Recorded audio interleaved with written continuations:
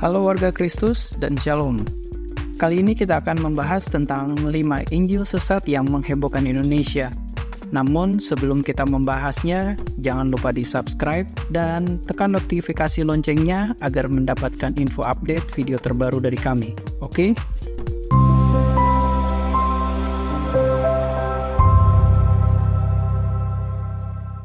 Berbicara soal Injil, pasti tidak lepas membahas tentang Yesus Kristus. Ada beberapa Injil di luar dari kitab Injil yang biasa kita baca dalam Alkitab. Injil tersebut masuk dalam kitab Apokripa, atau kitab yang dirahasiakan. Tujuan kitab-kitab ini dirahasiakan karena mengandung ajaran yang sesat atau dapat mengubah persepsi jemaat tentang kebenaran. Dan inilah 5 Injil sesat yang menghebohkan Indonesia.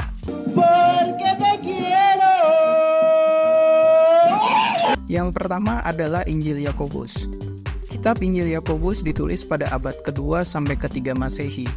Walaupun ini adalah kitab Yakobus, bukan berarti penulisnya adalah Rasul Yakobus sendiri. Kitab ini kemungkinan bukan berasal dari Rasul Yakobus. Hal ini terbukti dari kitab yang menceritakan tentang awal sebelum kelahiran Yesus yang sangat ganjal untuk didengar oleh kalangan umum atau kalangan Yahudi itu sendiri. Ajaran dalam kitab Injil Yakobus sudah tersebar sejak tahun 150 Masehi. Dan dalam tradisi gereja Katolik, kitab ini menjadi dasar ibadah dari orang tua Maria sendiri. Isi dari kitab Yakobus ini unik. Dikisahkan Maria yang berumur 12 tahun, ia tinggal di bait Allah, dan Maria dicarikan jodoh oleh para imam kepala dan petugas bait Allah.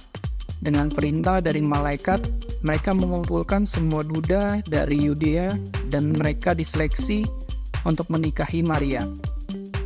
Dan akhirnya para imam kepala mendapatkan Yusuf. Duda loh, wow, duda. Ini duda. Ajaran lainnya yaitu tentang kehamilan Maria yang di luar dugaan Yusuf. Yusuf dan Maria kebingungan tentang kehamilan Maria yang misterius. Dan dari kebimbangan itu, Yusuf dan Maria melakukan hubungan intim dan masih banyak hal ajaran yang nyeleneh dalam Injil Yakobus. Udah bukan Yakobus penulisnya, malah isinya mengarang bebas.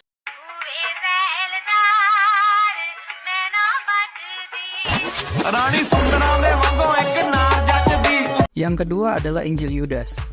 Kitab ini pernah heboh pada tahun 2006 lalu. Injil Yudas juga bukan Rasul Yudas yang penulisnya. Injil Yudas ditemukan pada tahun 1950 sampai 1960. Injil Yudas berasal dari tahun 220 sampai 340 Masehi. Injil Yudas bersifat gnostik atau pengetahuan yang bertentangan dengan keempat Injil yaitu Matius, Markus, Lukas, dan Yohanes. Isi dari kitab Yudas menceritakan bahwa Yudas adalah sahabat karib dari Yesus dan Yesus sangat menyukai Yudas. Yudas dikisahkan sebagai sosok yang taat dan setia kepada gurunya, yaitu Yesus Kristus. Dan anehnya, Yudas bukan oknum yang menyerahkan Yesus, tetapi Yesuslah yang menyuruh Yudas untuk menyerahkan dia sendiri kepada para imam.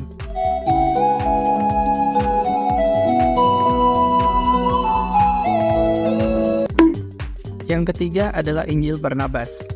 Injil Barnabas adalah salah satu kitab fenomenal sampai sekarang ini, karena isinya untuk menjatuhkan umat Kristen. Kitab ini sebenarnya sangat bertentangan pada ajaran Kristen dan juga Muslim. Kitab ini seolah-olah ditulis oleh murid Yesus yang sejaman dengan para rasul.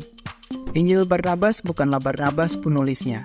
Hal ini dibuktikan dalam karakter penulisannya bukan dari abad pertama. Barnabas adalah teman dari Petrus dan Paulus. Mereka bersama-sama memberitakan Injil. Walaupun ada perbedaan strategi penginjilan, tetapi mereka bisa akur dalam pemberitaan Injil. Ada beberapa kesalahan dalam Injil Barnabas. Misalnya, yang pertama, dikatakan bahwa Yesus dilahirkan ketika Pilatus adalah gubernur negeri Yudea. Padahal Pilatus menjabat sejak tahun 26 hingga 36 Masehi. Yang kedua, dikisahkan pula pelayanan Yesus dan murid-muridnya yang bertolak ke Galilea dan berlabuh di Nazaret, yang disambut oleh para nelayan di situ. Padahal Nazaret bukanlah pantai pesisir, melainkan kota di atas bukit 14 km dari pantai Yudea. Kesalahan yang ketiga, Juga dikatakan dari Nazaret Yesus berjalan mendaki ke Kapernaum. Ini dalam pasal 20-21 Injil Barnabas. Padahal Kapernaum itulah desa nelayan pesisir yang sering dikunjungi Yesus dan murid-muridnya. Dan lucunya lagi, kesalahan yang terakhir dan paling fatal adalah kitab ini mengakui Yesus sebagai Kristus. Tetapi di sisi lain, kitab ini menyangkal bahwa Yesus adalah Mesias. Bukannya ini dua kata berbeda dengan satu arti yang sama? Good morning, sir. I'm the census taker. Are you married or happy?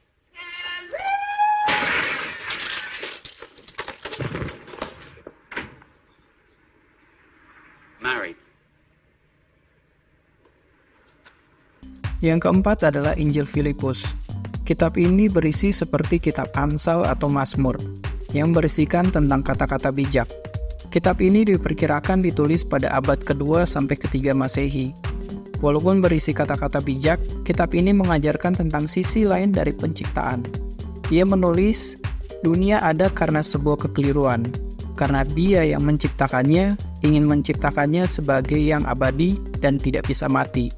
Ia tidak berhasil memenuhi dambaannya, karena dunia tidak pernah abadi, dan juga karena itu, Ia yang membuat dunia juga tidak pernah abadi.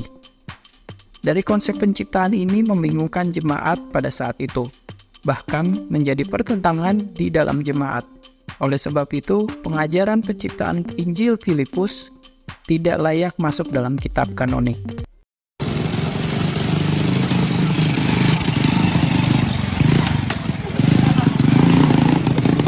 Yang terakhir adalah Injil Maria Magdalena. Dalam Injil Maria Magdalena sebenarnya tidak ada yang spesial atau pengajaran yang menyimpang. Injil ini ditemukan oleh Dr. Karl Reinhardt pada tahun 1896 yang kemungkinan ditulis pada abad ke-4 sampai ke-5 Masehi. Isi kitab ini berjumlah 19 halaman dan berbagi 3 bagian pembahasan, yaitu kematian sebagai akibat dari penciptaan, kenaikan Yesus, kenaikan jiwa dalam pandangan gnostik. Ketiga tema ini diajarkan dalam percakapan Maria dan Petrus yang menimbulkan perdebatan antara Maria dan Petrus dan orang Lewi. Menurut para penafsir, teks dari kitab Maria Magdalena adalah gambaran pertentangan gereja ortodoks yang mewakili Petrus dan aliran minoritas mewakili Maria. Isi kitab ini seperti adu argumen murid Yesus yang bernama Petrus dan Maria sebagai orang yang paling dikasihi oleh Yesus.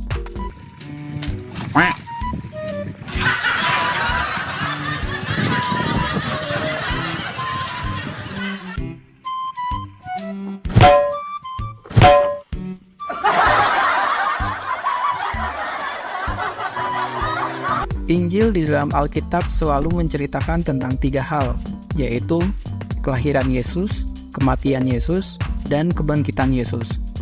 Jika tidak ada ketiga hal ini, maka bukan kitab Injil.